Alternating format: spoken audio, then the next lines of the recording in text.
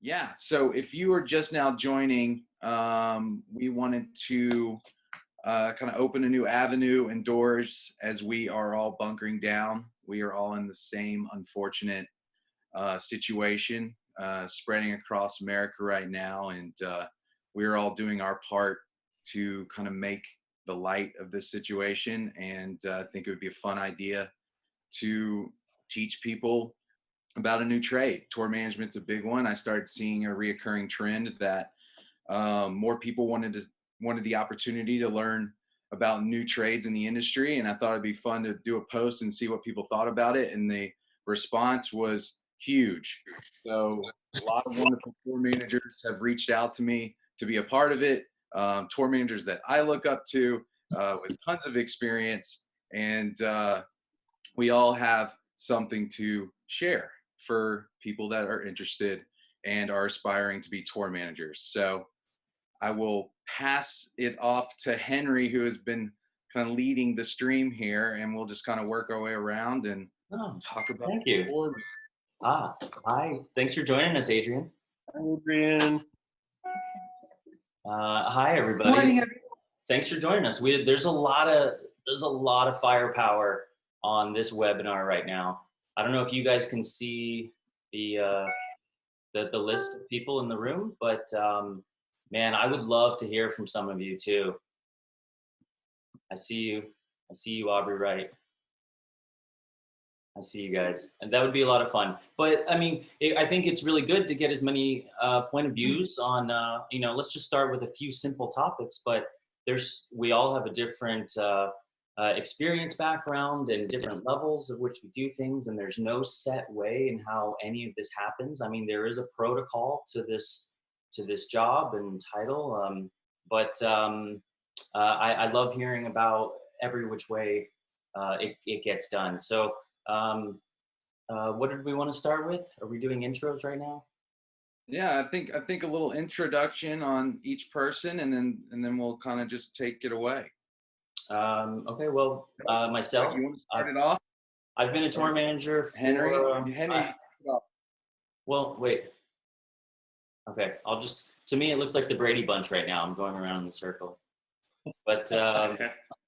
I'm nearly 20 years deep in this industry, and I've been lucky enough to tour on all different levels. I've been in the van and trailers.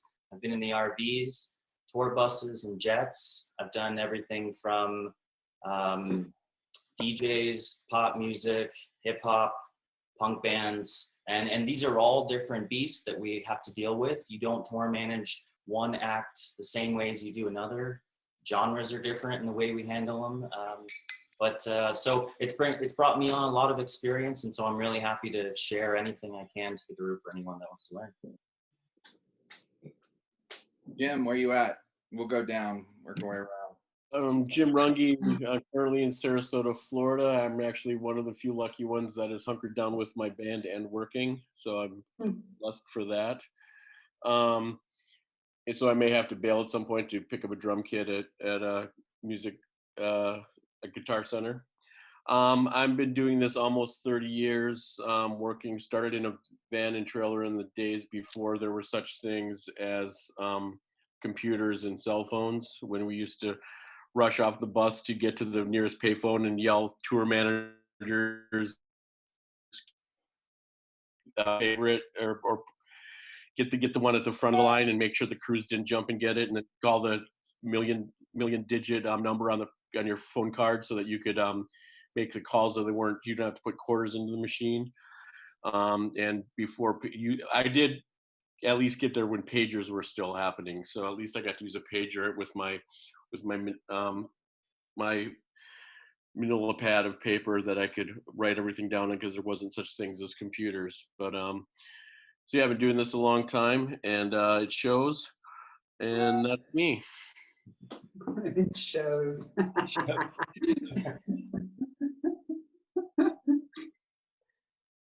Mary Jo, we'll take it through the bottom here and kind of work our way around. I have been in this business, tour managing for 20 probably 24 years, but in the business for, God, at least 30. Started out pushing cases, going to punk rock shows as a kid. And my first sort of real job was as a production runner at Red Rocks, because from Denver. And then my way into touring, tour managed on pretty much most all levels, up to arena level, a little bit of stadium, done everything from multi-bus tours to planes to everything. I have done now what we would call a tour manager would also be a tour director, and I do tour counting. And I've also spent time in the UK as a promoter rep for DF Concerts, who are the biggest promoter in Scotland and part of Live Nation. And I helped create some of the festival stuff that's going on now too. I worked for Coachella and Bonnaroo in the early days, and helped start all those logistics as well. So I kind of have a little bit of a 360. Yeah, seriously. MJ's the OG, kids. Yeah. I remember pagers too. I had the 1-800 pager, so that was fancy. Where are we at? I can jump into it. My name is Mark Clark. I have a background in bus touring, international touring. I started out very aspired. I volunteered early on. I've been in the industry now for 10 years. I would volunteer for street teams, for bands, and would do whatever it took. I would kind of work my way through that and navigate through that avenue in, and would get opportunities to start touring, and started out in a van and trailer, loading in, loading out, driving through the night to get to the next venue, living out of rock rooms. And as the scene evolved, electronic would kind of circulate in, and I would cross paths with DJs who needed tour managers, which would take me from 0 to 100 really fast. And we traveling around the world and doing bus tours and you name it. So it has been a journey over the last 10 years, but I'm here in New Orleans now, in the French Quarter. And yeah, so here I am. We're all here.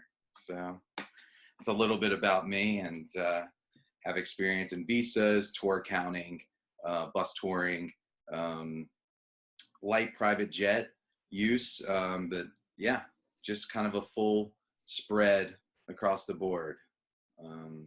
Yeah, it's a little bit about me. Doug, how you doing? Hey, Mark. Hi, guys. My name's Doug Wilson. I am originally from Scotland. I started touring about 11 years ago when I was living in Glasgow and at university there. I was pretty fortunate to get a foot up from another TM who needed somebody to cover a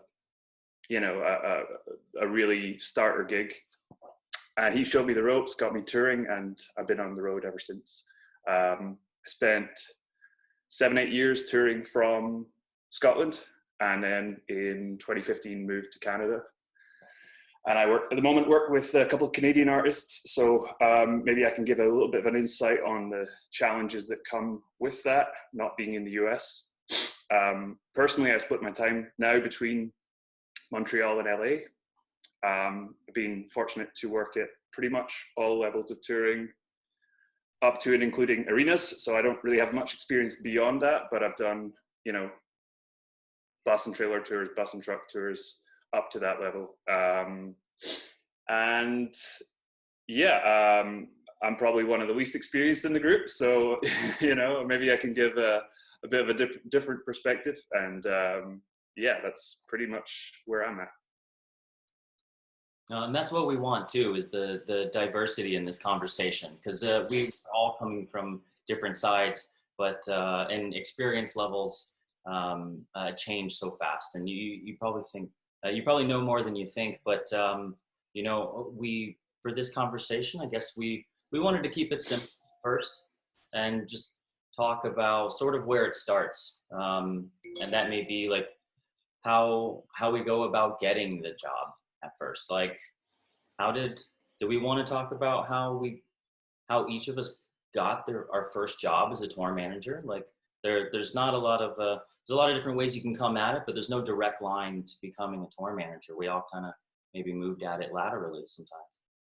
But I feel like that's the most common question I get as a TM is how Yeah. did you get started? Yeah. How did you get into this? You know, and I must get asked that 2-3 times a day when I'm on tour and I'm meeting new people. nobody's got the same answer. How anybody got into the touring industry at all is an amazing story. And I love hearing it. So if anyone's got a good one they want to share, please. Not to pause, Adrianne, did you introduce yourself? I see questions coming in on to introduce yourself. No, I didn't, and I was gonna let it slide by because I really hate that part. I brought all of my No awkward introduction. wit and sarcasm to the party today, everyone. Thanks for joining us. I have survived the music business for 31 years. I started when I was 2, by the way. Yeah, I've been in the music business for 31 years. I started doing club booking. I booked a chain of clubs in South Florida, and we were concert venues.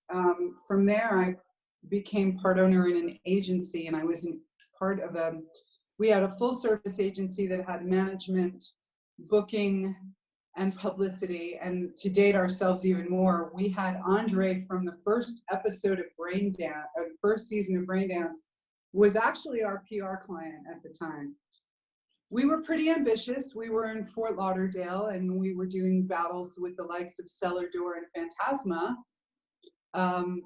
young women at the time, and that was an interesting turn. This, was 30 years ago, and it was really a little bit unseen for 2 ladies to come into the music scene, but we ultimately had the lock on 7 stages in South Florida.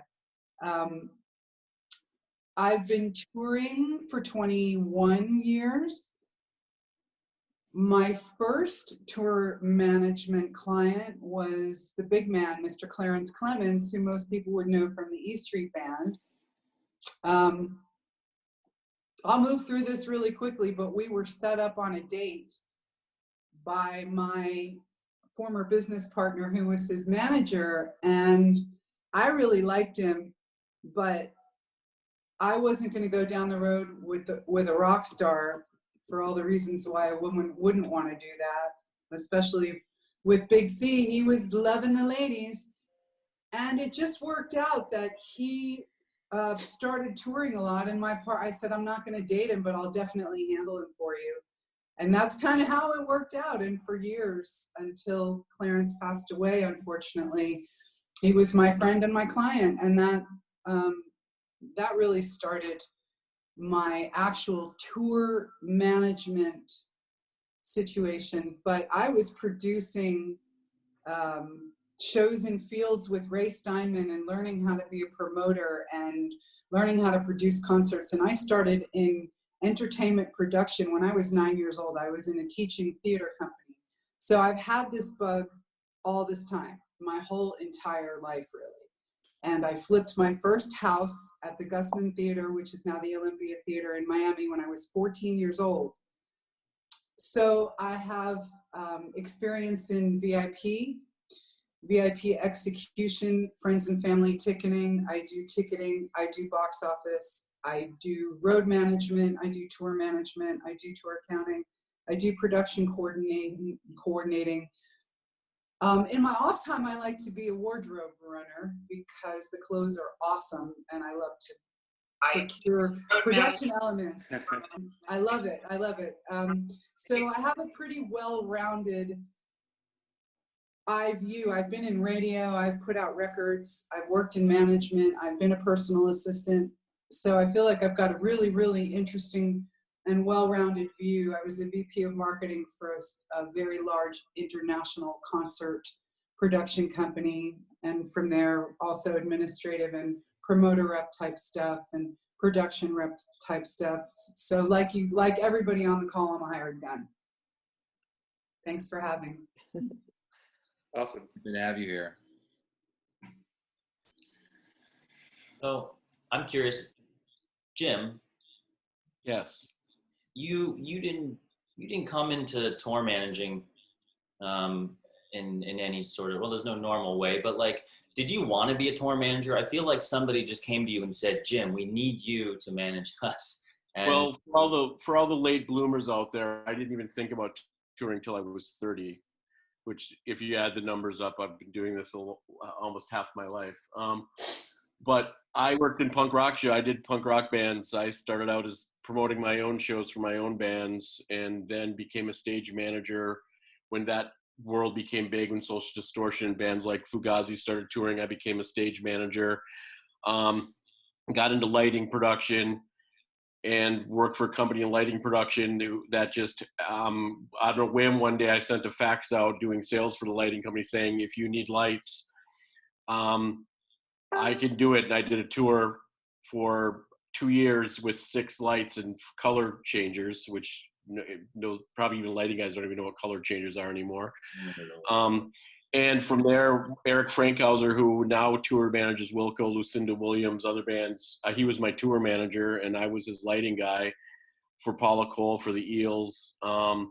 And one day he decided to become a tour manager, I moved on to take his place and become a tour manager for a small, indie rock or indie kind of country rock guy, and then went from there to doing a lot of hundreds of thousands of miles in a van and a trailer, and worked my way through the ranks from there. Definitely have worked for every genre, everything, and there was no path for me. I mean, I dreamed someday of traveling and being in music, and I grew up in a small town in Wisconsin. I didn't expect to ever leave there. So for me, having that opportunity, it's a dream come true. You certainly give up a lot to do it. It's not an easy job. It's not an easy life. But I think that it's been one of the most rewarding things I've done. And it's something like that I really wanted to do, but never dreamed in my wild. And if somebody asked me how I got here, I'd say I made the wrong decision at the right time and the right decision at the wrong time. And it's mostly luck, along with, obviously, hopefully people like you and you get back and you get a reputation and people hire you. But I don't know of a path. I don't know anybody who's taken the same path. I don't know anybody who's gotten there the same way. It's just about believing in it, wanting to do it, and dealing with the hardships of being broke and being tired and still wanting to do it at the end of the day. That's what it comes down to. I can see everybody shaking their heads. We all know what this lifestyle has costed us, hasn't it? Like it's great at times, and then other times it's dark. I always tell people that the highs are high and you can't believe it sometimes, but the lows are like, remember, Jim, there was that meme going around for a while about riding a bicycle and you're in hell and your hair's on fire. Everything's fire around you. You're on fire. Yeah, exactly. Yeah. And you never stop being on fire. You're just permanently. No, you don't. And the thing is, when you're the tour manager, there's something that people don't always say. When you're the tour manager, you have a target on your back. Yeah. Because somebody has to take the fall, the heat, the hit, be the bad guy, take the blame. And so it can separate you out and leave you in a very sort of isolated, a very isolated feeling. And sometimes if you're at odds with your artist, it's sort of, it can, even the smallest tours can become quite cliquish. And the tour manager, you can have your people, but you can't really do that. So you end up really sort of being a figurehead that is isolated to some kind of a degree, and you hope you have loyalty. Yeah, it can be treacherous. Yeah, you're trying to be. I have a joke where it's like I feel like the principal, and I'm trying to be everyone's friend.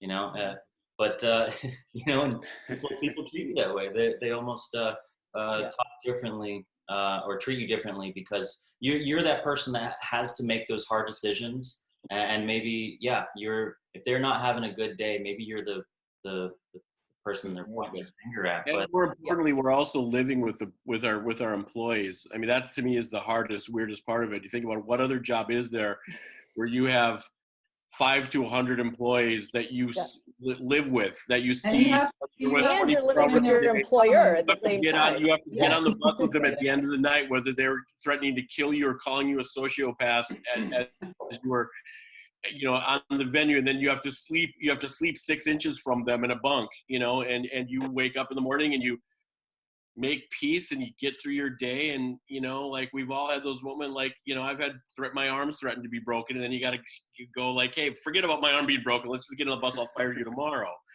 Like you just you have to get through the day, and that's what it is. It's always about the old adage, the show must go on. It's bigger than all of us. None of us are that important. I think ultimately you're playing the role of a mediator. You have to mediate between your artist, your crew, management, and other forces such as the label or promo or whatever. And ultimately, you're never going to please everyone 100%. Yeah. You have to try and play the margins and do your best to appease as many people and find the best course of action that will minimize the stress on the road for everybody, and try and get the show done to the best of your abilities. But ultimately there's things that are completely out with your control, and that's the hardest part. I don't think people realize or understand that we're given all this information, and sometimes we're limited to the assets that are given to us to execute these contracts. I know that tours range from small to large, but they don't see what we have to manage, so it's like we're their friend, we're their bad guy, we're the bad guy, or we're their friend, or we have to assess these show by show basis and make sure that everyone's happy. And again, like Doug was saying, like you can't always please everyone has an expectation, and then it's like Jim was saying, it's like you're gonna you just get into those type of situations where it's just like you got people yelling down your throat, and you're just like, it just kind of, we get it all. We have to appease the managers, appease the agents, depending on how many levels of hands they have in these tours, and whether it's TV and radio and moving our bodies around, and people are like, why aren't these things this way? And it's like we have so much information that politically sometimes that we can't give, and we just have to manage it how these things are, and we are seeing the whole picture. So very tough sometimes when people don't understand that. We're all so passionate about what we do that I admittedly, it's hard sometimes when you hear people complain when anything goes wrong, even if it's out of my control. Like I feel bad because I want everything to go so right all the time. Yeah, for sure. That I find myself saying, like, don't be so hard on yourself. Like, it was out of your control, or you did the best you could. And also, you can't make everyone happy on tour. It's even if you're a 5-man crew or there's 50 people on the road with you, like it's going to be tough to make everyone happy. But that's keeping a good ethos and balance between everybody is important, right? But so there's the hard times, like we've all just agreed to. But then also, as we were talking about it, I realized there's times when I, as the tour manager, as the leader of whatever group I was with, had to really step up and be in charge of a very big situation. And I felt very uncomfortable in that, but it was my job and responsibility. And I, as an introvert, I've had to learn to become that extrovert and be the face of a company, of a team, and so much. Thoughts on that? I think coming from, I'm actually an extrovert. So it's like you look at it from both sides of the fence, right? Like I've learned to adapt with artists in my crew over the years of how to be, I like to call it a professional extrovert. I'm like very much an extrovert, but I give people the space they need because I know that everyone likes to kind of be in their lane, but I'm always there, I'm like the very positive morale guy and trying to find this kind of common balance where you give space to people that are relatively introverted. So I think you kind of find a way on both sides depending on how your style is. Yeah, I mean, I've had to. I'm definitely an introvert and super shy when I did it. I literally had to develop a second personality, which I've done, which has led to addictions, which has led to all kinds of psychological issues. But I've had to. I've like I am not the same person I was 30 years ago. I had to change who I was because that person wouldn't even talk to anybody.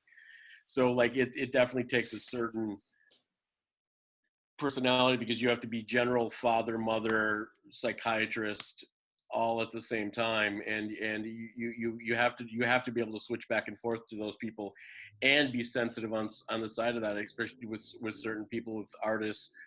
You know, you have to be the bully, the tough guy, and the shoulder to cry on all at the same time. I think that that it's about, like when you start to get more experience and you start to become more confident in your abilities. For me, that was when a big shift happened, and I was like, oh, I can lead these people. When I was first starting, some of the artists that I worked with were 20, 30 years older than me. So that was a challenge. Same. But then, I started to realize like it take advantage of like some mentorship, sometimes just like calling a more experienced tour manager. I mean, literally, I would walk out. I would walk out in the middle of a settlement and I'd be like, oh, the band's calling me, and like call a tour accountant friend and be like, what's the difference between a versus and a plus deal, and like, I mean, but I think that those things build. It's like never be afraid to ask for help. It's like there is no stupid question as far as I'm concerned. And as my confidence grew from knowing those things and experiencing them more, all of a sudden I could answer the questions. And then I was like, oh, I can lead these guys that are like 30 years older than me. Like I kind of maybe know something, and I also think that carries over to like what Henry was speaking about with like sometimes externally, say you have something come up, say you have like an emergency situation, and a good example for me once was I was flying into Mexico City with a band, and literally we were landing. I mean, we were 100 feet off the tarmac, and a huge gust of like wind and rain came, and we took off and went to Puerto Vallarta, and we were there, and we had to deplane and go through immigration and fly. It was just like crazy. And at that point, it was like really hectic, but the show was, we already had 2 days off. So the show wasn't delayed, but we had to wait for 24 hours and, and sat on the plane for 8 hours. And at that point, my preparation on the tour, and I always say this to people about like settlement as well. Like everybody's like, oh, I want to learn to settle. I'm like, honestly, settlement's easy because it reflects your advance. And it was the same here. It was like, I had like done so much due diligence, so much planning for the tour, the crew, we had planned everything out so much that when this like hiccup came in, that like all of a sudden my brain went into like, okay, I got to call the shipping company. This is our plan B, and I realized that like, once you get the confidence, and if you have done like good advance, good groundwork, good planning, that for me was my safety net. That was like, it was like all of a sudden I was like, I had the knowledge and the confidence to be able to answer those questions from like, the immigration people. I knew to call the travel agent and have her rebook before the airlines could do it. So for me, it was all about like planning and getting as much information as I could. It just like having like being over prepared, basically, was what grew my confidence. So I think this conversation has taken a really interesting start in that it hasn't, it's focused on the emotional side almost immediately, and issues of confidence and personality. And I think that's a really important thing. I was studying psychology and sociology at university before as I started touring, and I think that when you break it down, the fundamentals of this job are not rocket science. It isn't the hardest job in the world. When I look at a lighting desk or an audio desk, my eyes glaze over and I'm immediately way out of my depth. But, we're fundamentally, tour managing is not rocket science, but it requires a lot of emotional intelligence, a lot of lateral thinking, a lot of organization skills, people skills, things that are not tangible compared to other technicians in our industry. And that makes it in a way unique, whereby your personal skills are not necessarily quantifiable, but if you can't do your job, your tour is going to fall apart very quickly. And I think it's interesting that this conversation has taken that route immediately, because I think it's one of the most important things. There's a ton of people who can do this job in theory, but may not be good tour managers because they don't understand the full picture of emotional intelligence, people skills, everything that we've talked about so far. Yeah. I always say, I feel like anybody can learn the business part if you have a head for logistics and business, but it's the sort of nuances of reading people and managing people and just kind of knowing how to deal with that. And it's just, Yeah. I also think that one of the reasons why we're leading with personal and emotional right now is because we're all stock dead. We're all sitting here right now because we can't do what we normally do. We can't do our gigs. So I think the entire industry and tour managers in particular are sitting around going, when things like this happen, the first thing that we all do, like Mary Jo just said, we get our shit together. We get the list together. What do we need to do? What individual departments need to do what? What does wardrobe need to do? What does lighting need to do? Where are the trucks going? What's the crossload? When we shut down, there's a procedure. Mm-hmm. And then we shut down. And we always talk about what we've come to call tour drop. What happens when you come home from tour? Because as a tour manager, we're 24/7. When you guys are having your days off or the crew is having a day off, we are catching up with accounting, doing some advancing, getting some paperwork done, and then we might try to get out to see our people, get out a minute, have a meal or what have you. So when tours are over, those of us who tour have a tendency to go, what do we do? Now we're all shut down worldwide. We've never seen anything like this. So the thing that is bringing us to these Zoom chats, to these webinars and seminars and hangouts that we're all doing to stay together is the fact that our wheels are spinning and we don't have anything to spin them with. So the fact that we came out of the box talking about what it feels like to tour and what it feels like to be a tour manager is because we're all sitting here vibrating at the speed of light. I know we are all feeling the same way. I've had a lot of conversations with a lot of people. The hits have been really, really unbelievable. Our vendors are letting people go. Our support staffs are, the buses are parked, the trucks are parked. We've never seen anything like this. So at the moment, all we can do is talk about what it feels to be like, what it feels like to be sitting here hoping everyone's okay, but not being able to effectively do what we do, which is potentially help to lead a group or groups of people through the process of what we need to do each day. And so for those of us who are used to leading people through it, I feel totally helpless. I want to help everybody get out of this, this unprecedented situation that we're in, and I can't help you. I can't help me. I can't, knit a bonnet fast enough to get us out of this mess. And I think that all of us who are used to marching through it probably feel that way. I mean, I know everyone that I've spoken to is just feeling like we're sitting on our hands waiting for whatever this invisible, adversary is that's kind of waiting to pounce on us if we go out of our homes or do what we do. And the other thing that we're also thinking about is that we were the first industry to go dark because we specialize in gatherings, usually not small ones. Some of us do club tours, yes, but we're talking about the concert industry, as a whole. We do gatherings for thousands. So we're the first people to go down. And we're going to be the last gang to come back up too, because it's going to be a minute before anybody feels like it's safe to gather large masses. So we're going to have to stay together through this and lead our folks in a different way, I think. to chime in, do we want to take a look at some of the questions? I know questions have been pouring in. Totally. We've conversated on a lot of things.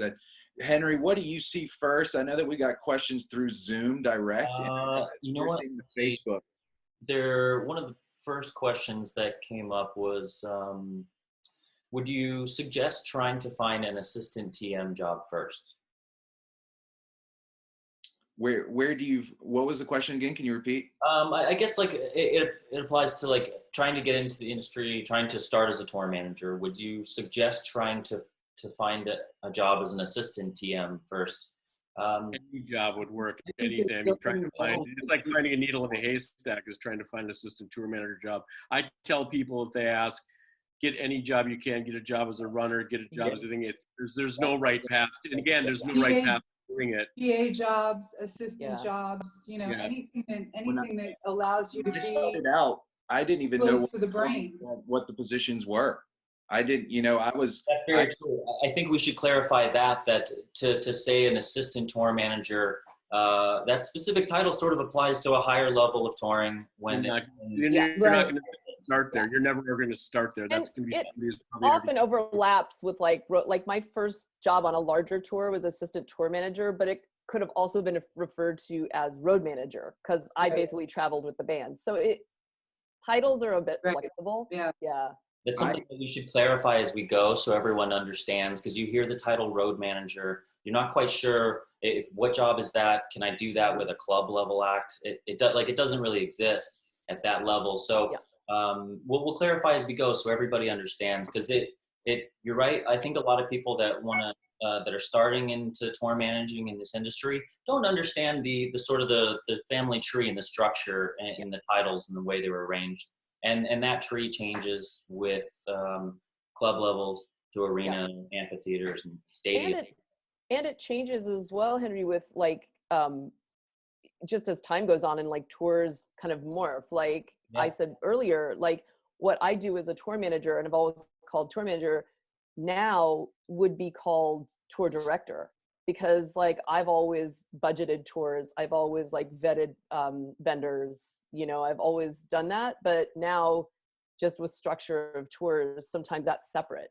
You know, the tour director does all that, and then the tour manager goes out and manages the tour. So it kind of is, size and just genre. You know, I think the most important thing about starting out and getting experience is just getting on the road in whatever form that takes. Is do what you need to do to get on the road. And the only way you can experience this industry and the way that it works, and it changes like everybody said, it changes as you level up. But the only way to experience it is to get on the road in whatever form that takes. You know, if you have a friends band who are playing to 50 people every night around the US in a van, jump in the van with them, offer to drive. If they pay you per diems on your first tour, you know, well, do you want to get on the road or not? It's a really tough question, but I'm sure every single one of us has a story whereby we did a tour for gas, you know, for whatever it was to get us out there and to experience it. You know, I can't remember, you know, I'll never forget the first day I made $1, you know, like I was there to do whatever it took. I made crappy business cards with my number on it that just said, I'll do whatever you want. And would go to the small little venues and find these bands that were loading out. And I was like, hey, I'll help you load out your gear. Do you need help? And those are easy ways to kind of navigate kind of an entry point, you know, like you see smaller bands that are playing in your city, go see some shows, go see who's helping them, you know, like I think that's a cool way to help others. Because my direction was always to help people. So if I could find a way and people looked like they needed help, I was there, you know, and would always show up to the Mike Nights and meet artists that were aspiring to be more and grow to more and meet bands and just find ways to help people and be there, you know. I like to say that it's important that if you have the opportunity to actually show somebody that you're a hard worker and want to do this, then take it. There's a lot of talk is sort of cheap sometimes, but if you can show someone, then it makes a big difference. And I say that because I that's how I started. I went to see a show at this little punk rock club that the show was sold out. So I waited out on the sidewalk and watched from the front door. And when the show finished and they let everyone out, I snuck in through the front, went on stage and just started packing up band gear myself. And they were like, who are you? What are you doing? And then I was like, I want a job.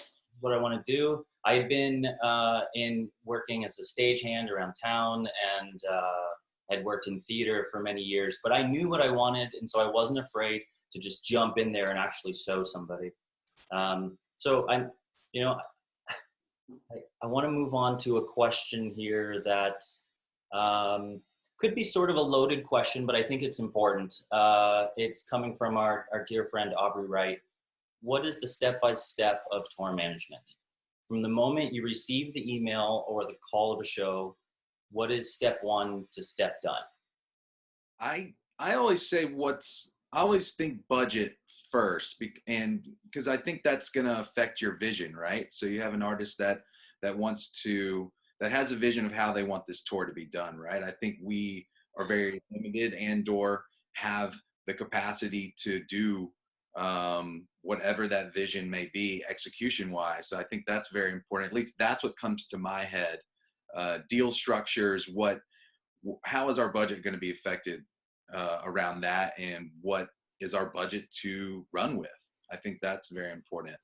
I think it's really important to emphasize before we start on this that every tour works differently. This industry is so, even in my 10, 11 years of touring, one gig to another can their processes can be completely different. I also saw a question referencing who directly hires you as a tour manager. Again, it can be different in every single scenario. Yeah.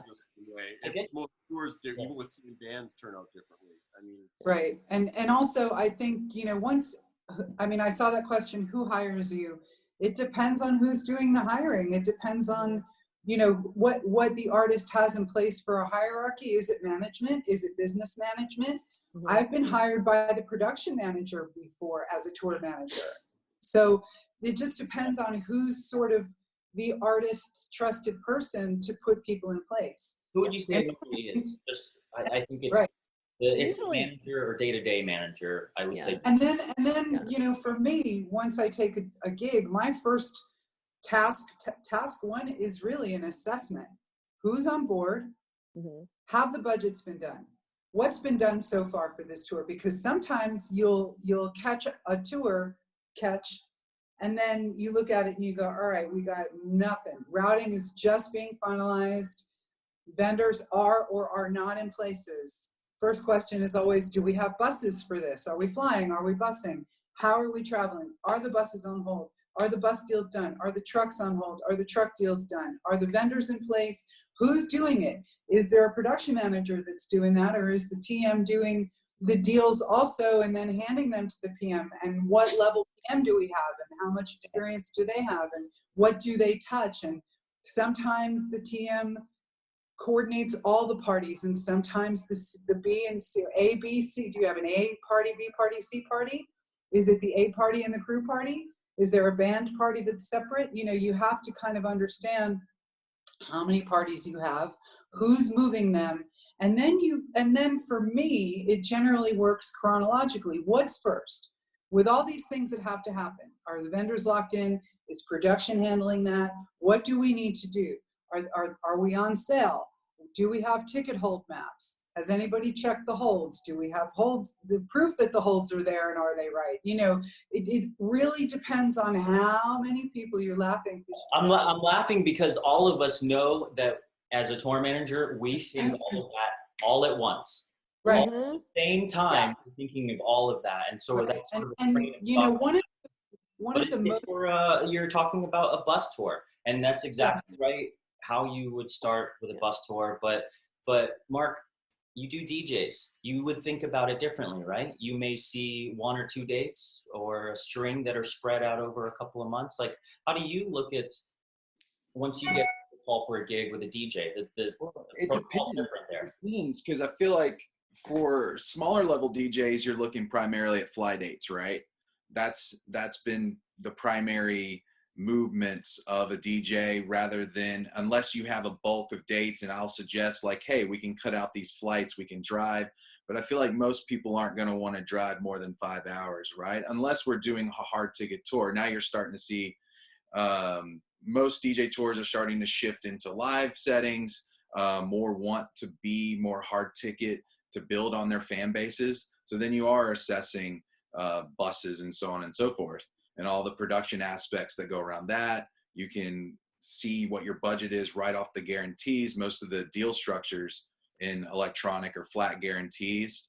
Then when you're going into these club dates, it's relatively simple if you have all your personnel in place. Like you've got visual heavy, you know, so you've got your artist, you've got your photographer for content, you have your VJ, and then most of these clubs come packed, you know, with everything you need. So you're literally maintaining the deal structure, flying travel, booking our travel, you know, getting us in and out safe, tables, bottle service, VIP, everything that How comes. many people would typically be on like on a tour like that? I think you named off 3 or 4 I positions. think you're not seeing more on like a general like camp and electronic flying more than 5 people max.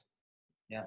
I mean, I you're just not, wanted to chime in for a minute. Somebody just asked what a hard ticket show is. So a hard ticket show is when it's your own show, like the promoter's paying you directly, as opposed to if you're flying in and doing, say, like a festival where you're just like a soft ticket. A soft ticket is just guaranteed, right? So no matter what, whoever's on the bill, technically, they're going to fill the room.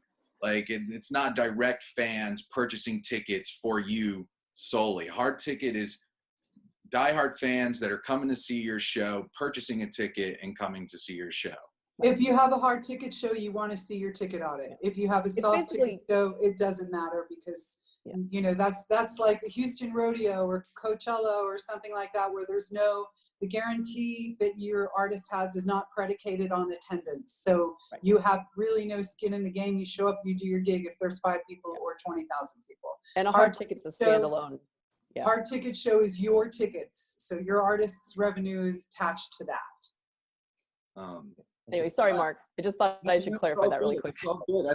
I think general run through an electronic side is just your backline. Everything is backlined. You're traveling very minimal. Most DJs just travel with their USBs. If you're going through Ableton or anything like that, you might travel with a laptop. Plug your laptop direct into the mixer and run your set that way. But we're traveling really light. Backpacks, maybe 1 Pelican with us, but I mean, traveling relatively light. Come in, make sure all of our backlines in check, do sound checks, make sure everyone's in their hotels, and we're moving from one gig to the other, you know, just kind of standard show day land. But we are fortunate in that world that everything is backlined, so we don't have to eat a lot of shipping costs and travel cost, things that come around that, you know, that are very expensive. So I love the different point of views. You had a different, both doing the same things of just organizing all of the information and just figuring out what your team is, what do you need, and then the steps from there. But Mary Jo, I'd love to hear your sort of start step 1 process. I mean, I was going to say something like most of us have worked at least like mid-level up, you know, but we've all, you know, well, I never did a van tour, I'm sorry. But I did a lot of cases for free. But my first tour was the Warped Tour, so you know. There's that. But so I did go to war. But something I like to tell people is that it's kind of all the same. There's just more zeros as you get bigger. Yeah. So, you know, if you're doing a club tour and doing, you know, a van tour, it's like you're still going to go through. I'm a big advocate of asking questions, which I think all of us kind of have said. It's just like, never be afraid. Like if management calls you, it's like, we want you on this. You know, always my first questions are exactly what Adrianne said. Is like, what is the scope of the tour? What do you already have in place? It doesn't even matter what level the tour is at. You know, it's like True story. I like to say that tour management in this respect of putting the tour together for when you first get the call is like you are creating a jigsaw puzzle and solving it at the same time. Like, you're creating it so you can solve it. So because the management is like, you got a tour, we kind of got this, you know? So then it's up to you to go, okay, are the deals in place? What are the guarantees? You know, something I like to tell people early on is, this is something I get a question about a lot when people are budgeting tours for the first time. Like, do you work in potential merch sales? Do you work in, you know, potential overages? Nope.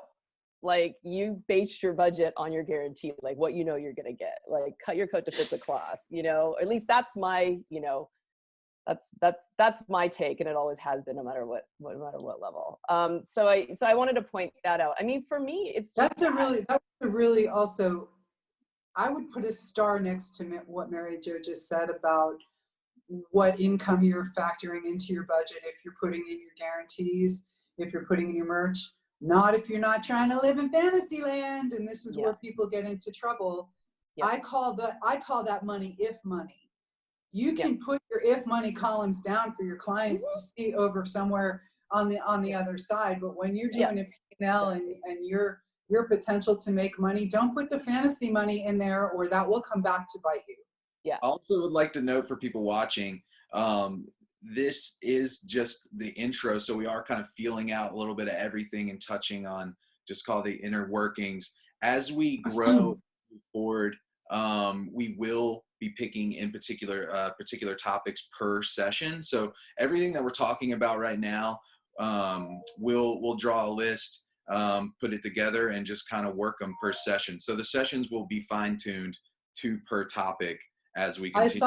I saw somebody ask the top 3 tools for a tour manager, I think, that just came across. I think we should all go around and put that one together. I mean, obviously, cell phone, laptop. I mean, you know, And I would put Master Tour as the third for me. But oh, for me, Excel. If Excel had never been created, my whole world would be. I'm trying to find it. 1 second. I'll be right back. Honestly, if I had to pick one piece of software, it'd be Excel. If I could only live with one, that would be it. Yeah, your cell phone, your laptop, and the ability to make a spreadsheet, because if you're not a Master Tour user, you're going to need to do all that by hand. So, you know, and even still, I mean, for me, I make spreadsheets out of everything, and I make a master spreadsheet so it's all in one place, regardless of whether or not. And Jim, I would like you to know that I am fully automated with Master Tours beta version right now. I'm not forcing or jacking up any Master Tour templates for my day sheets these days. I managed to get it together after we met with them in January. If there's anything I could recommend to people, like I use Master Tour as well, but I would say, like, in this downtime, go online and like do some like intermediate to advanced like Excel classes. Like once I started learning to automate and macros and like formulas, oh my God. Like, what are you doing over there, Mark Clark? I just want Yes! Master Tour, please. Yeah, I have. Paul Bradley, right, if you're listening, I need to get one of those. Yeah, Paul Bradley. That's Paul Bradley. If you're out there, somebody asked a question about secondary ticketing. What was that one? I saw it go by. As a TM, are you able to address secondary ticketing for a tour per show? Oh, like wow.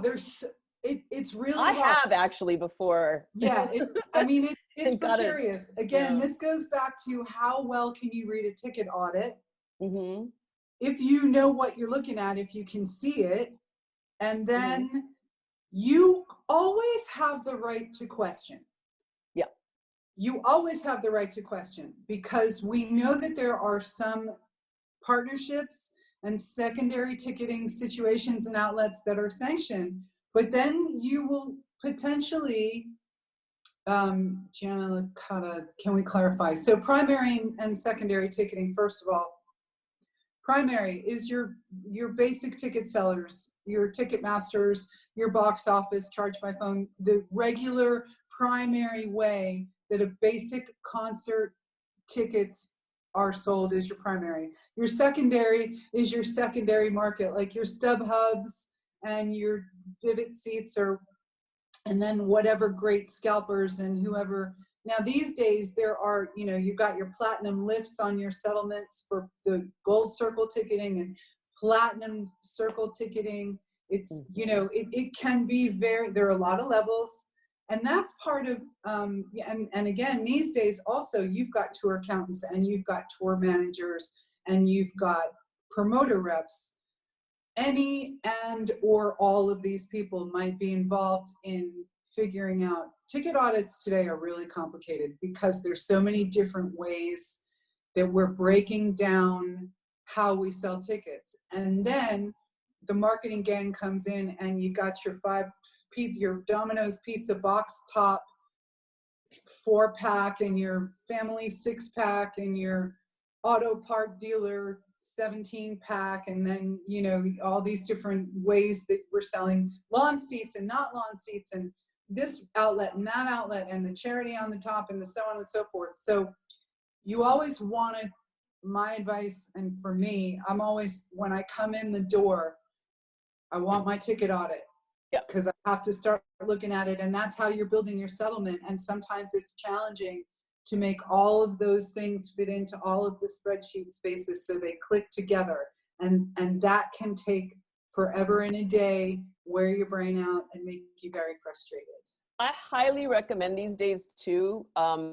This is just standard on arena tours or whatever to get a pre-settlement. But I think even if you're, at theater level, large club level, ask for a pre-settle, because it's in audits ahead of time, they can very easily pull them. And I always just, as a matter of course, I'll just plug into my sheet. You kind of get a framework for where you're going into that.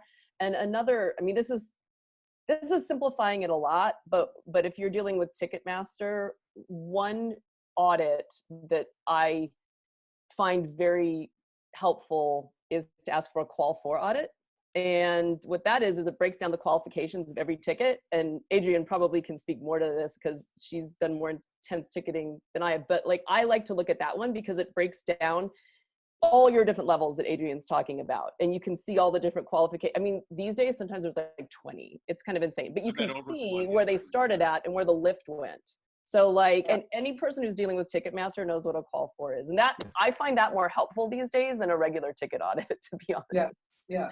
So it's a really good one to know, and it makes you think what you're talking about. Ticketing is the ticketing says, ticketing audits and ticketing settlements, that can really be the brain damage and the minutia of tour management. Henry, I just have to. Then there's the fun stuff, like when Henry's current client almost got me arrested in Tucson 6 years ago. Heard about this story. Oh, Tyler. He's not like that anymore. He's a great guy.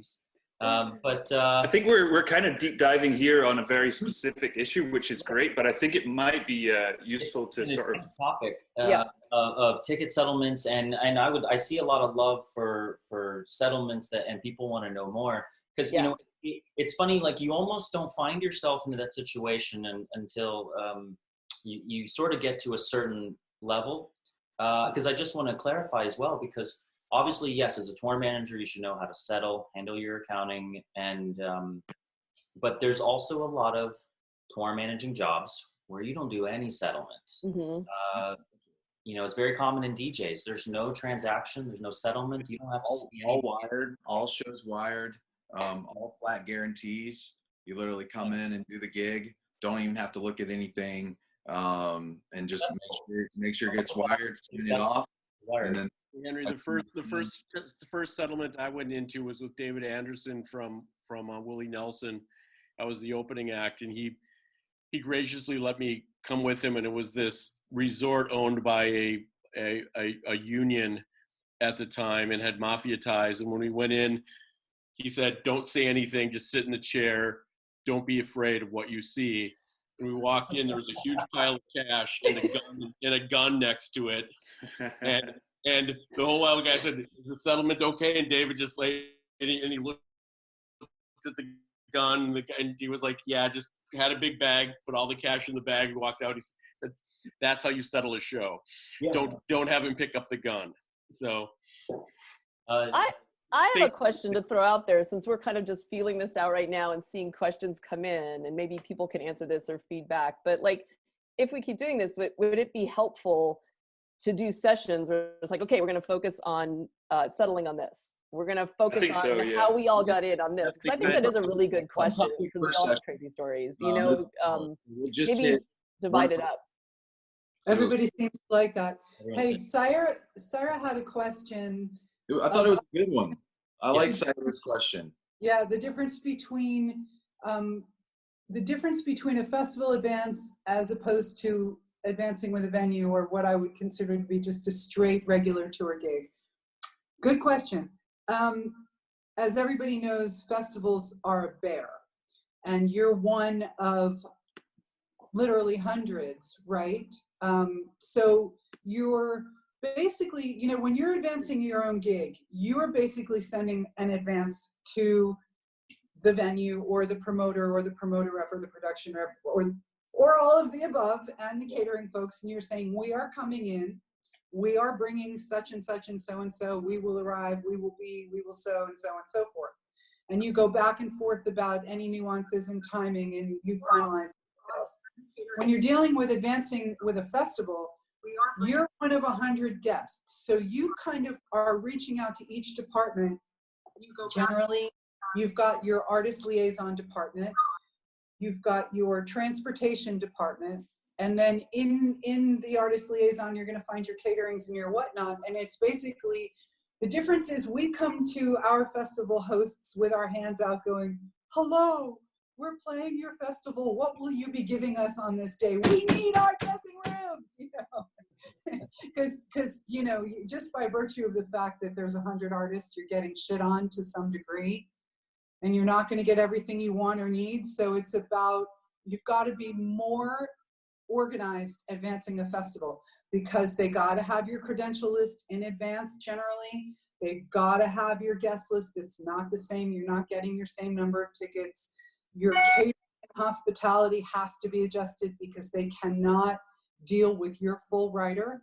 You're going to have to break it to your crew that catering is going to be somewhere off in a field 42 miles away, and it's going to suck, and it's going to be a hard day. You're generally loading in super, super early if you're a headliner, and then playing super, super late, or you might have an overnight load in. So the difference between the festival, in a nutshell, the difference between a regular gig advance from my point of view and a festival advance is that at a festival, you're truly a guest. You know, you're one of 100 people. So depending on the stature of the artist and the size of the production, you know, if you're Beyonce, you have a lot of more pull with 62 trucks coming in to play Coachella than maybe if you're Wiz Khalifa and you're in the Sahara tent. So it really basically depends on the size of the festival and who you are and what you have going on. But the basic difference is, on a regular tour date, it's your show. And on a festival date, it's somebody else's show. And there are a lot of different logistics and departments that you don't deal with on a regular show. Also, I think it might be worthwhile to take a second and zoom out. And just because I'm seeing some questions about the structures and the day-to-day of the role. I think if we assume that there's probably a pretty wide range of people watching this video, people who've never been on tour, people who have maybe done a little bit of tour management, or people who have other roles on tour. So there's a pretty wide breadth of people watching this. I think it might be useful for those people to just give them a layman's term overview of what, you know, what starting a tour is like, what being on tour is like, and then what, you know, you can kind of categorize it in three ways. There's the advance of tour, there's the tour itself, and then there's the post-tour.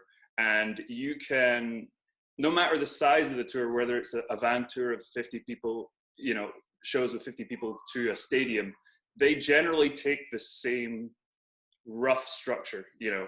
So it might be useful for us to just go through in the most basic terms what that looks like, what some of these terms that we're using mean, like advancing. Some people might not be familiar with what that is, what that entails.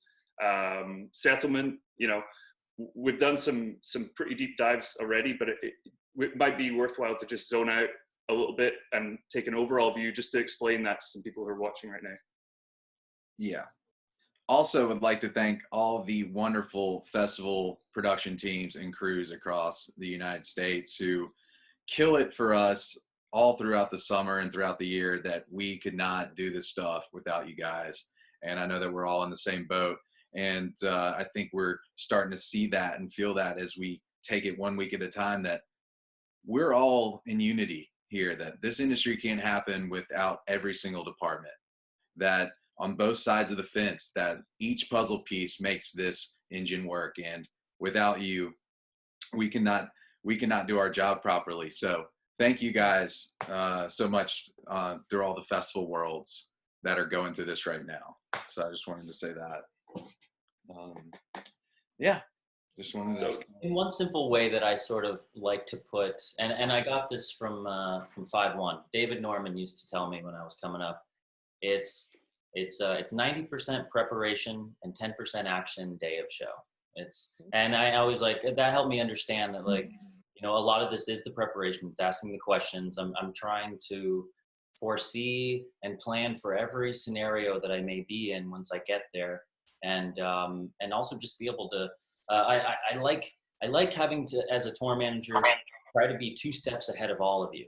Like, and because I'm not. Like I'm not a sound engineer, but I know what my team audio is going to be coming and asking for, and the questions they're going to need, the gear they're going to need. So I've always liked to really take an approach to tour managing, like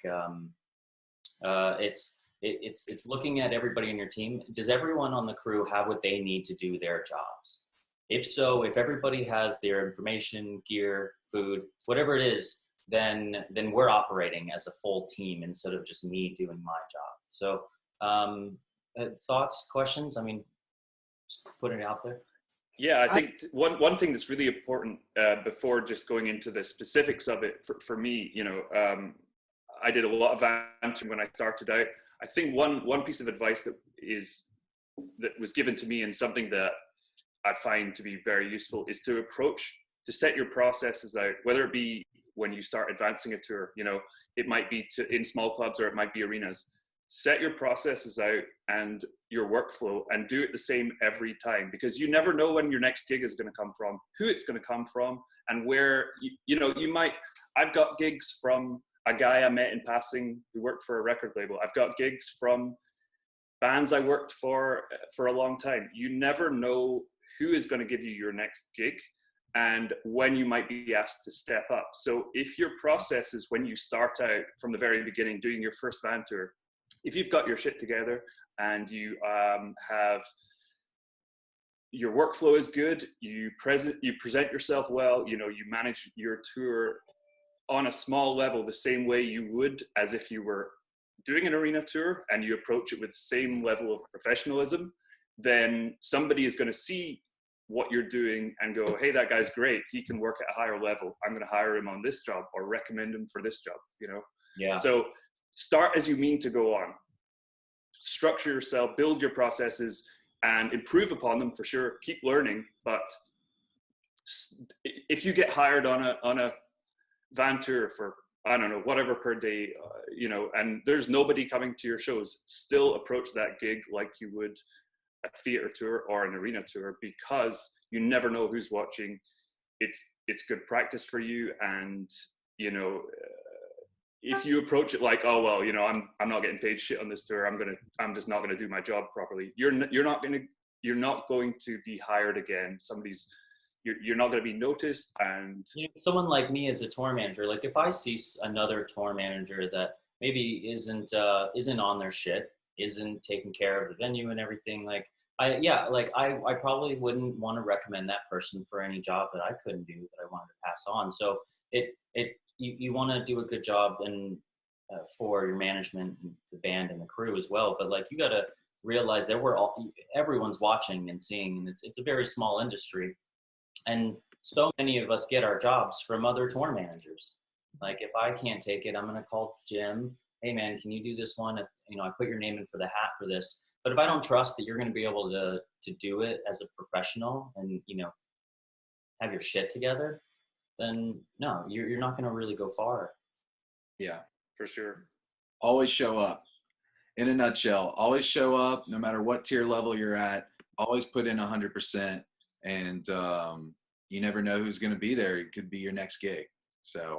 And here's one for the young ones that are just starting out.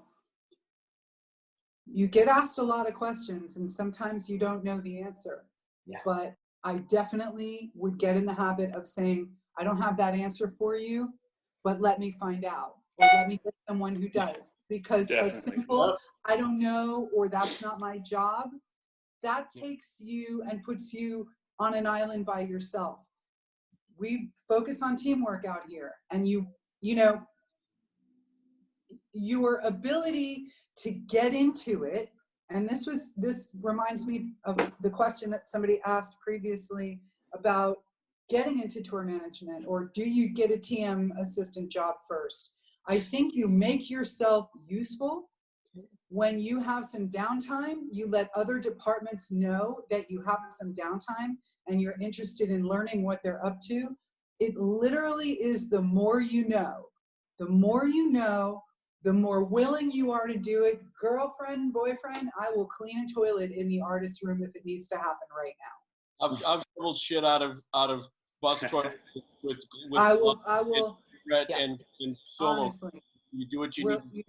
We all have. Yeah. As OCD and is going to come to that bus and freak out because and not get back in that bus. You do whatever it is to get that bus ready for them. And the same thing goes on what Adrian says about don't say no, don't say yes. You know, He always say, I'll look into that. I'll see what I can do. If I can make it happen, it'll happen. But once if you say yes all the time, they expect you to say yes all the time. And then when you have to say no, they're going to fire your ass because you didn't say yes. So like always qualify what you say and what you can do. And even if you know, unless it's the simplest thing and you know that 100% you can do it, if there's any doubt in your mind that you can't do it or there's a problem, let them know that let me get back to you're going to make them as happy as you can. But if you just say yes and do yes all the time, the first time you say no to them, they're going to think you failed in the worst way. So it's important to always qualify what your answers are when you're working with artists. I also qualify training dogs. Like if they fear you, they will bite you. Oh, that's very true. You know, you gotta or if you fear them, they will bite you, I should say. So you know, anything you know about training dogs, bring into working with artists. It works pretty well.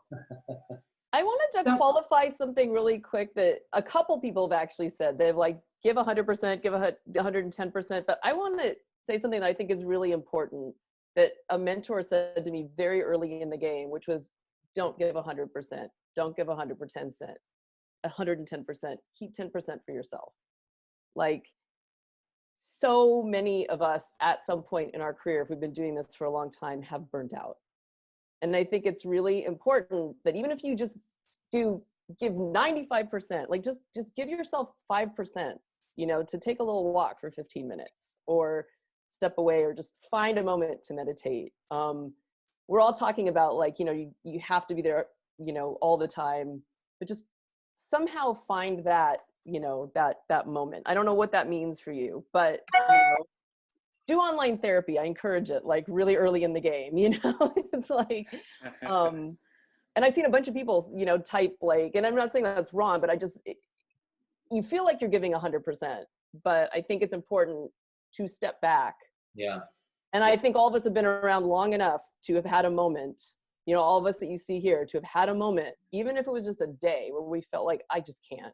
You can't burn yourself out. You know, like we've all hit a scenario where you're like, you know what, like I have so much work to do. I'm going to stay up all night and power through it. And then I'll sleep tomorrow. But then you know what? The next day, some shit happens. The bus breaks down. The flight's canceled. Something happens to where that nap time is now gone away. And you now have to step up and lead again.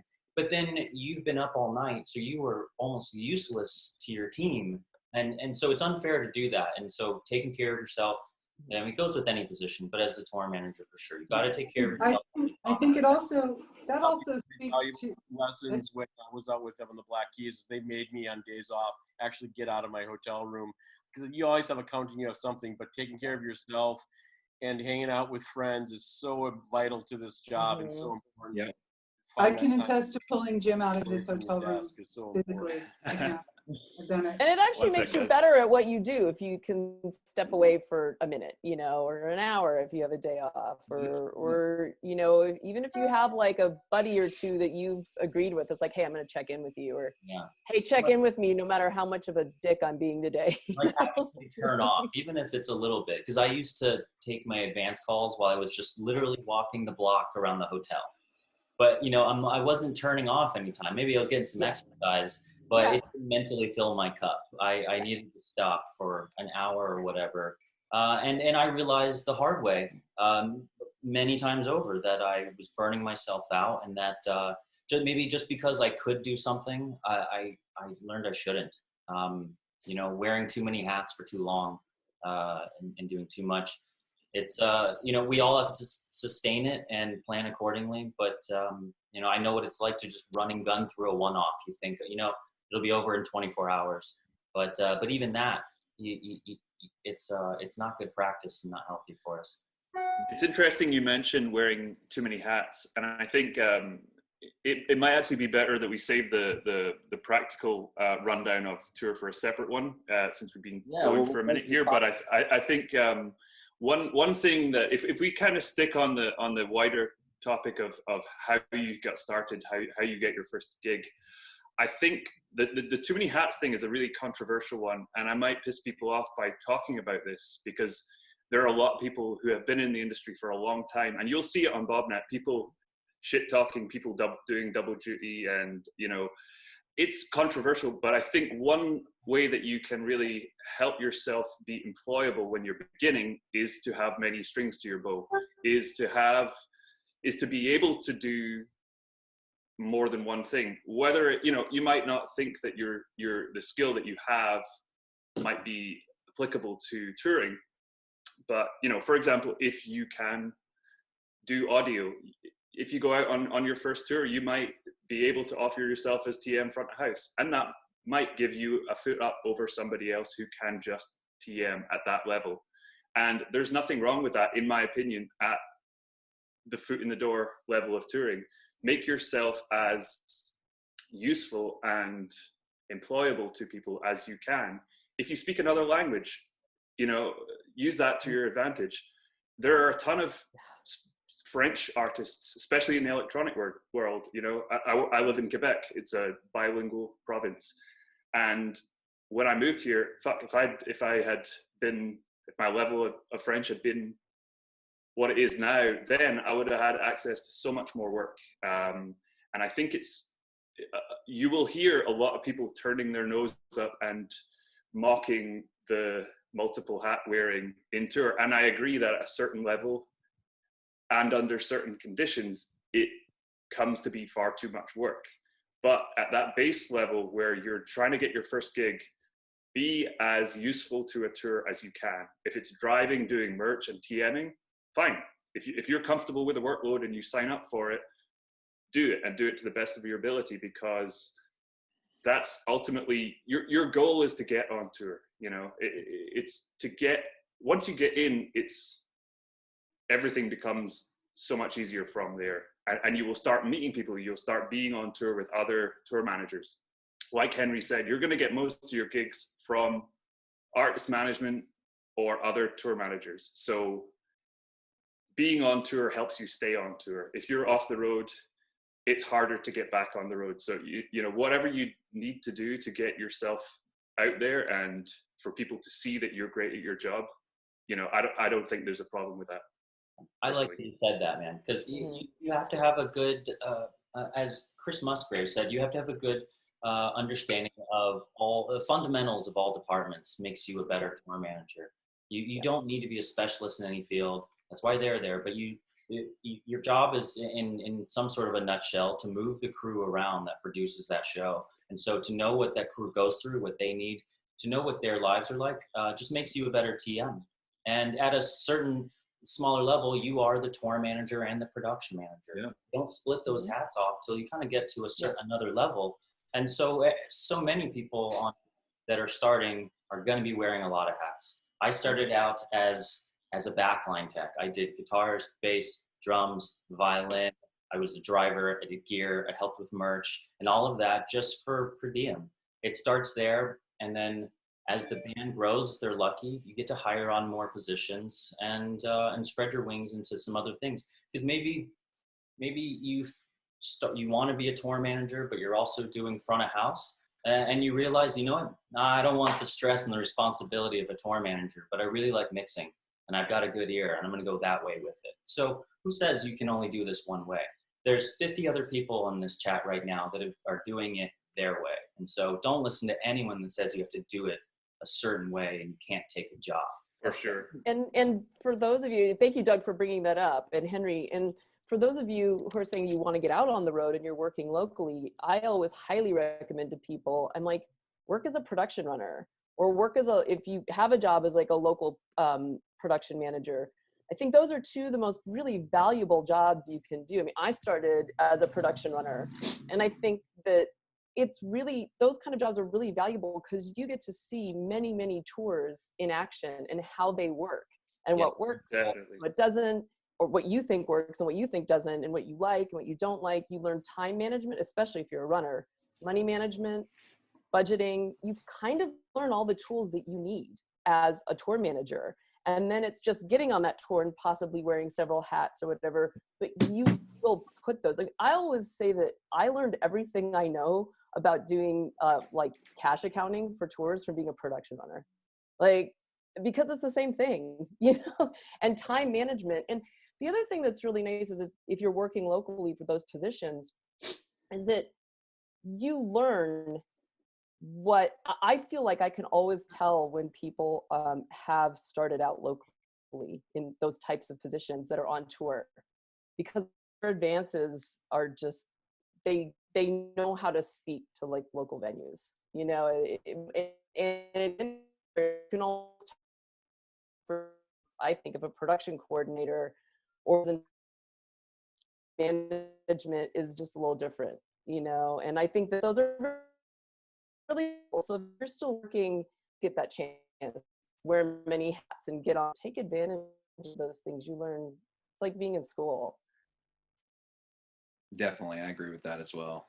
I think that everyone, the more you know, the better you are to assist your team. I think the more hands-on you are with the various departments is only going to help you be a better leader.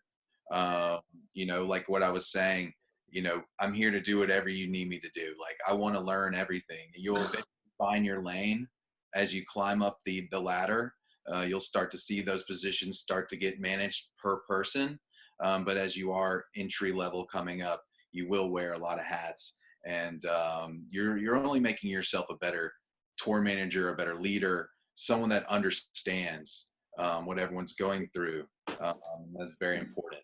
Kind of get your hand in a little bit of everything, so you do know what's going on as you start to see those hats get passed off.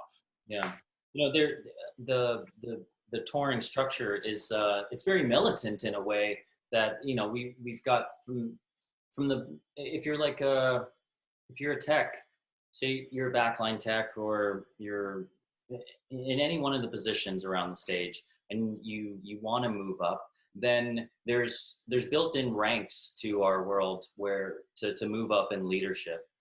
So if you're with a band that is lucky enough to then have a stage manager, try to get that role. No one says that you can't be a stage manager / drum tech or something. And then, so then you at least have sort of the responsibility, and you can start to practice being a leader and then looking after the team that are small, you know. Leadership skills come out. They do. When people engage, I mean, I'm thinking about the number of people that I have helped to bring up through the ranks on various tours and for various artists that I've worked for. And I say this all the time, and I will say it until I can't speak anymore. Your attitude is so much of why you're kept around.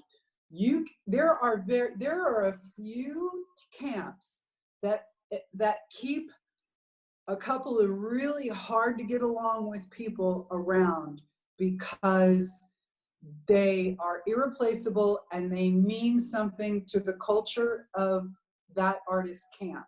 But that's not the norm. If you're shitty, and we can all be shitty, we can all get to that place, but the person who approaches it with a smile and a better can-do, let's get in it together attitude, even when you have literally had the worst day and you're doing a 3 in a row and you haven't had enough sleep and the bus ride was terrible and catering sucked, and there are those days where everything is really crappy, but if you can keep a better attitude, when it comes time to see who's going to be brought back and who could be moved into another position that maybe somebody was busy, or we need to make a change, or there's a new position we'd like to open up. I remember Jim, for example, on the Black Keys, we were opening up a position for that when we were doing dressing rooms, and hospitality coordinator became a new position that we didn't have. What we looked for was someone with a fantastic attitude and a great vibe, because that person was going to have to be very hands-on with the band at that time. And where we took the offer to was also to someone who wasn't working but was overqualified and had been a tour manager and a production coordinator for A+ level bands previously, was like, yeah, I will definitely come and do that, because it's a great camp, because it's something that I haven't done in a while, and because it's better to make this amount of money doing this than to be sitting off right now. So, don't put yourself in a box by pigeonholing your skill set if you want to expand, and also by having the ability to convey the fact that you'd like to get into it and you'd like to look at other things and do other things, and that you have a great attitude and people want you around. If people want you around, they will find things for you to do. Yeah. Yeah. Definitely. Happen. People If you are, and I have make it pulled known. runners. I've pulled runners onto the road. Yeah. I have. And I think, Yeah. and I've had a situation where I met a human one day, on that very day that Tyler tried to get me arrested. On that one day in Tucson, I worked with her and I knew she had some special qualities. And she followed up with me the next day, sent me her resume, and sent me, just said, look, I know this is a long shot, but if you have a position, I would love to try being out on the road. And within about a week, I had a position come up, and I called her and I said, this is an opportunity. You need to have a thick skin. Do you want to give it a shot? And she is now what I would consider an A-level production coordinator, and she stands on her own and is now also mentoring younger kids. And so I call that young one my grandchild, my granddaughter of touring, because now we're 3 generations in a lineage of bringing people into the business. So these are the kind of things that I always try to stress with people, is that you want to know people. Again, I haven't had a business card since Jim Runge made us get business cards on the Black Keys. I haven't had a business card. It's all word of mouth. It's all people that you know. It's your colleagues and your friends and associates saying, hey, I wonder if so-and-so is available for that. That's the unique, sometimes upside, sometimes downside nature of this business. The upside is that you never know who's going to refer you for a gig. And the downside is that when you don't have a gig, there's no, we can't get on Craigslist and go find a TM job or a touring job. It's a very specialized market. All the more reason why you should have a couple of different skill sets. It is. I know we're going to try and wrap this up really quickly, but I just almost to the same, to follow on from that story, which is a great example. And I'm sure we've all heard a bunch of examples similar to that.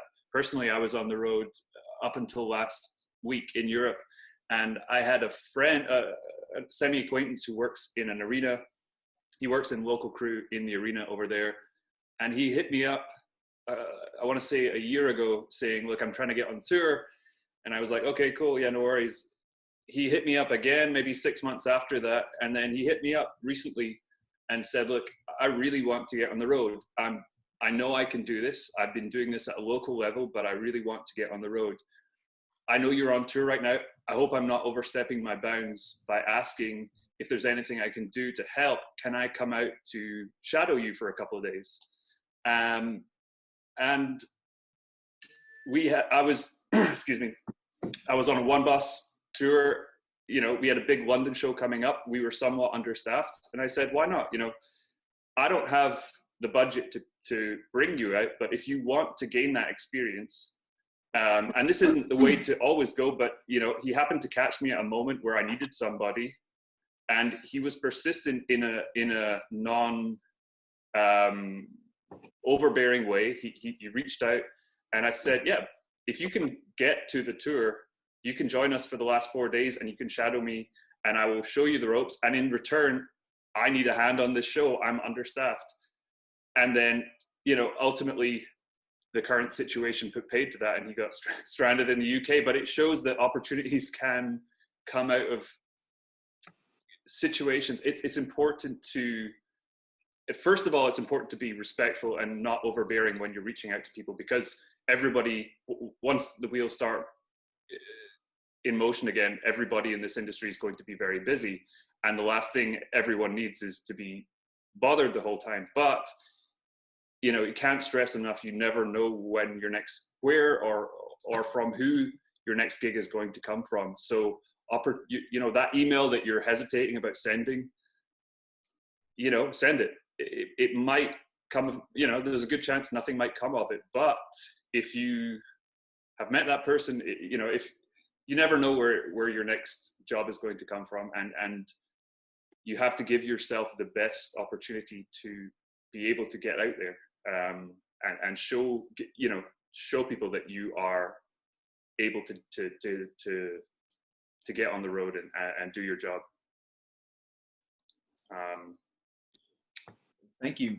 I think that's a good way to wrap it. You know, Yeah. I'm looking at all the questions and comments. I love this so much. There's so many friends and people in here that have good things to say about what we're doing. So We're going to take all these questions. Hopefully it retains. We'll put a list together and build a session schedule out moving forward. Thanks to Henry, Jim, Mary, Adrianne, Doug. We're going to try and bring in a different TM. I'm thinking every session, try to kind of mix it up a little bit. I had a huge response from a lot of tour managers that would love to get involved. So reach out to me and we're going to build out a schedule moving forward. And yeah, we'll hit topics every week until as for the foreseeable future. We'll keep doing these things. So thank you everyone who is tuned in. Awesome. thanks. Thank you guys. Everyone, stay healthy. Thanks. Wash your hands.